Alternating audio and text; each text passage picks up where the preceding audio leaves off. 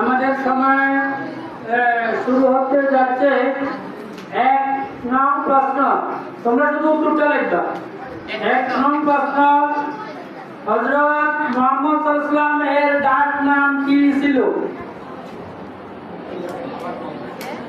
হযরত মুহাম্মদ সাল্লাল্লাহু আলাইহি ওয়াসাল্লামের ডাক নাম কি ছিল?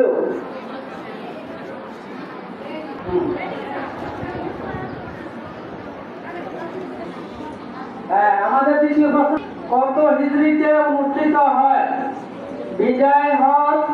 কত হিজরিতে অনুষ্ঠিত হয়?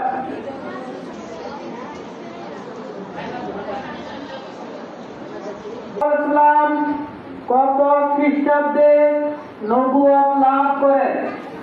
রাসূল সাল্লাল্লাহু আলাইহি ওয়াসাল্লাম কত খ্রিস্টাব্দে নবুয়ত লাভ করেন?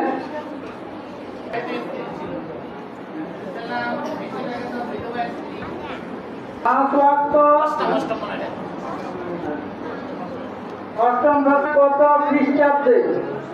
5 ওয়াক্ত সালাত বা সালাত ফরজ হয় কত খ্রিস্টাব্দে? সালাত ফরজ হয় কত খ্রিস্টাব্দে?